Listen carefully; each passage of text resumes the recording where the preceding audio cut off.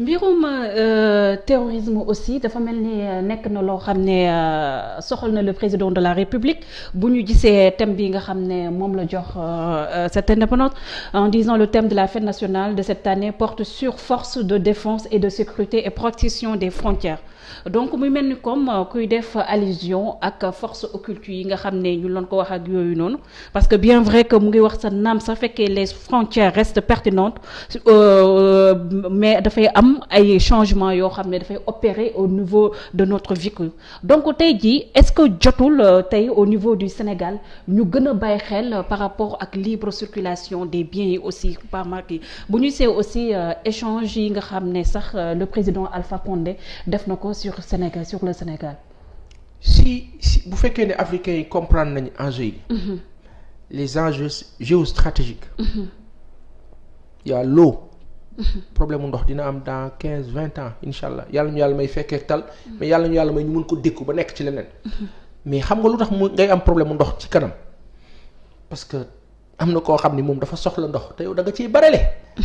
bàyyi xel bu baax li ma lay wax loolu benn la beneen bi. Pourquoi depuis 2012 on nous parle de terrorisme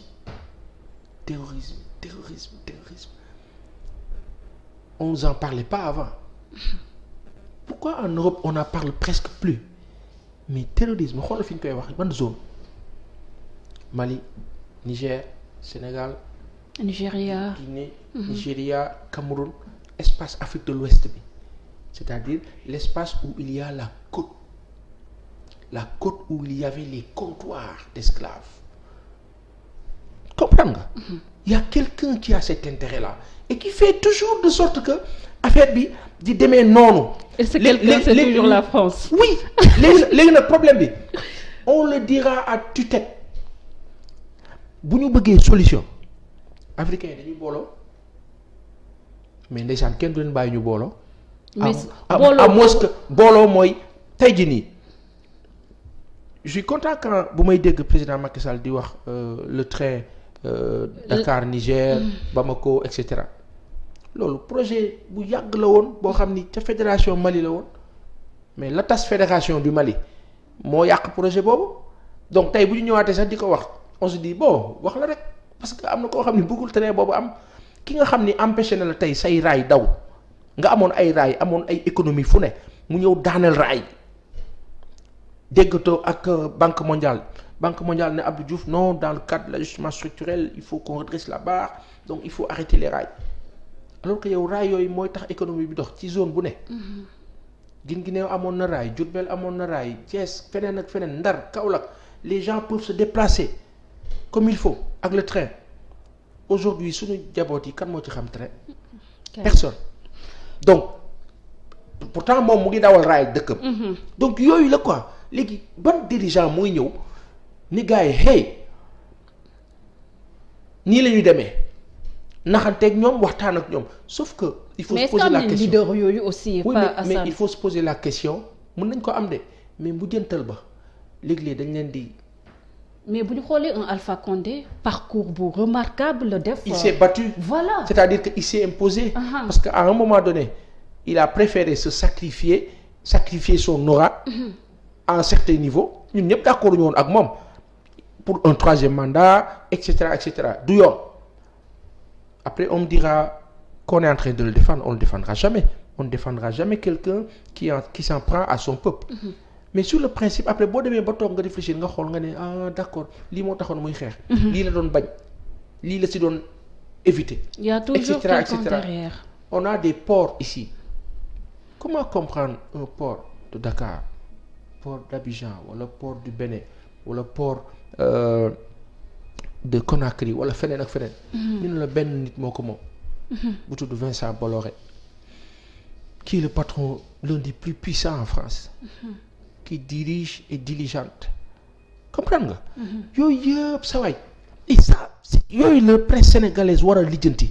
c'est-à-dire foofu la ñu war a dem il faut pas que gars yi am œillère wala ragal xam nga yàllaa ngi yéeme boo xam ne. yàlla daa aay xam nga aay. yàlla moo la kenn. yàlla sunu borom moo la ka ngandee ka punkal ka nga xam ni sawaay ka wéeru si moom daa am li nga bëgg. kooku mooy sunu borom boo amee wéeruwaay boo dékkoo ci moom. xoolal bakk ak sa bopp. soo ay mu teg la filon xoolal orienté la nga tegu ci yoon bi aujourd'hui le Sénégal n'a besoin de personne pour avancer. Personne xam nga Sénégal lu mu soxla yow zircon 3e producteur mondial. Zircon nga xam ni la Scandinavie le nord de l'Europe ñoom ñëpp ci la ñuy dund nga jël jën sa géej moo gën a baax ci géej gi moo ëpp la jën ci géej gi waaye yow gisatoo jën sa suuf. mooy bokk na ci gën a fertile ci àdduna bi waaye yow sa bay jëriñu la dara. daanaka bayoo ndox da nga cee am ba mu doy. ay fleuve lu ne am nga ko mënoo ci am dara et cetera et cetera et cetera après on se pose la question mais qu'est-ce qu'on doit faire comment on doit faire on a raté le coche avec la fédération du Mali ñu jaxase Léopold Sédar Senghor ak Lamine Gueye les Maliens étaient d'accord pour que Lamine Gueye jiite. mais les gens se sont arrangés pour que mu nekk Senghor sachant que bu nekkee Senghor fédération bi dina tas. voilà parce que Senghor moo leen gën a arrangé. ruubekat bee ko def. foofu la ñuy waxee donc il faut que suñu kilifa yi. mais ruubekat boobu Pa Assane dama la bëgg a wax ne moom xam ne ñun ñoo koy dundal moom elle sera toujours là di ruube. donc c'est à nous bu ruubee fii ñu dem bu déroubé beneen côté. loolu laa lay wax looloo tax ma ne la ñun dañoo war a màgg Pa Assane. loolu mais il faut se poser la question nan ngay màggee moo tax ma ne la ñenn wala kenn moo ñu ci mën a dimbali. Pa Assane nan la ñu màggee Pa Assane man je me dis que suñu maam yi bien vrai que am na lu leen mën a reprocher. par rapport ak traite négrière beeg wala sax li nga xam ne mooy colonisation et tout mais ñoom dañoo xeex ak tubaab bi ba mu jeex ba sax bàyyi fa seen ay bakken. voilà donc tey jii nga xam ne mun naa ne carrément tubaab bi fu mu jàngee la ëpp si ñun ñi nga xam ne foofu la ñu jàngee tubaab bi ñun am nañ chance bi bu ñuy wax sax làkkam sax bien vrai que dinañ si galgal def ay fautes moom. ñun ñoo ko dàq wax làkkam ban marque téléphone nga yor. voilà mais ban marque téléphone dama la wax ne que ñun wu tax ñun ba tey war a mun a am complexe d'infériorité par rapport à l'homme blanc. y a pas de complexe du tout ban téléphone nga yore. téléphone. Samsung fu ñu ko defaree Asie. ok ban dëkk Corée du Sud. yow ak Corée du Sud. ñoo yemoon. déedéet yaa ko rawoon di dem tey moom moo c'est-à-dire que tey moom bu la joxul téléphone doo am téléphone. foofu laay waxee. waa léegi. il faut toujours se poser la question ruubekat bi day ñëw xool ñi yées ci ñun ñi mel ni man nga xam ne ñoom affaire bi da leen jaral lu ne. tey jii nii nga ma dóor ko Pa Assane am temps rek ma bind jaral na leen ko moom kooku lay liggéeyal ki nga xam ne dafa am lu muy bañ ne non intéressé wu ko su ko mënee éliminer ko. loolu problème kon Pa Assane su ma la déggee da nga bëgg a wax ne ruubekat boobu moom moo ñuy tànnal suñu ay président. oui daf ñuy jaxase carte gi la bëcc ko ba mu kii mu taxaw xam nga tax ma laaj la sa téléphone. ban puce moo ci nekk. Orange. est-ce que xam nga fan la contrôle téléphonique bi nekk ci sa téléphone. c'est-à-dire que loo fi wax ci wolof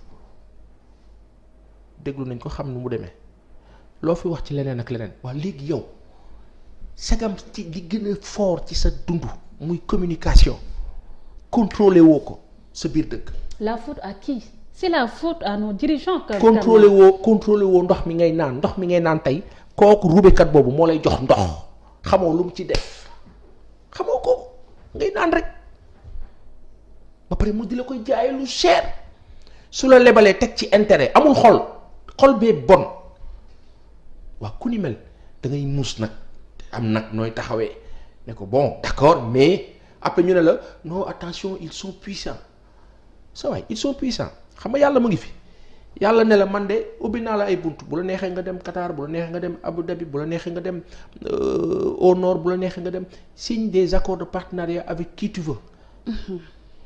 dégg nga wax bi. après nag boo delloo ci histoire nag le mal il est tellement profond que. il faut nga delluwaat ca 1945. xam nga kan mooy le mal de l'Afrique et du Sénégal en général. du Sénégal en particulier de l'Afrique en général mais c'est Charles de Gaulle ba Hitler di dem di dugg France. Alsace. Strasbourg di gàddu affaire bi compliqué pourtant fii la daw si. wàllu. fii la njëkkee ci Sénégal uti wàllu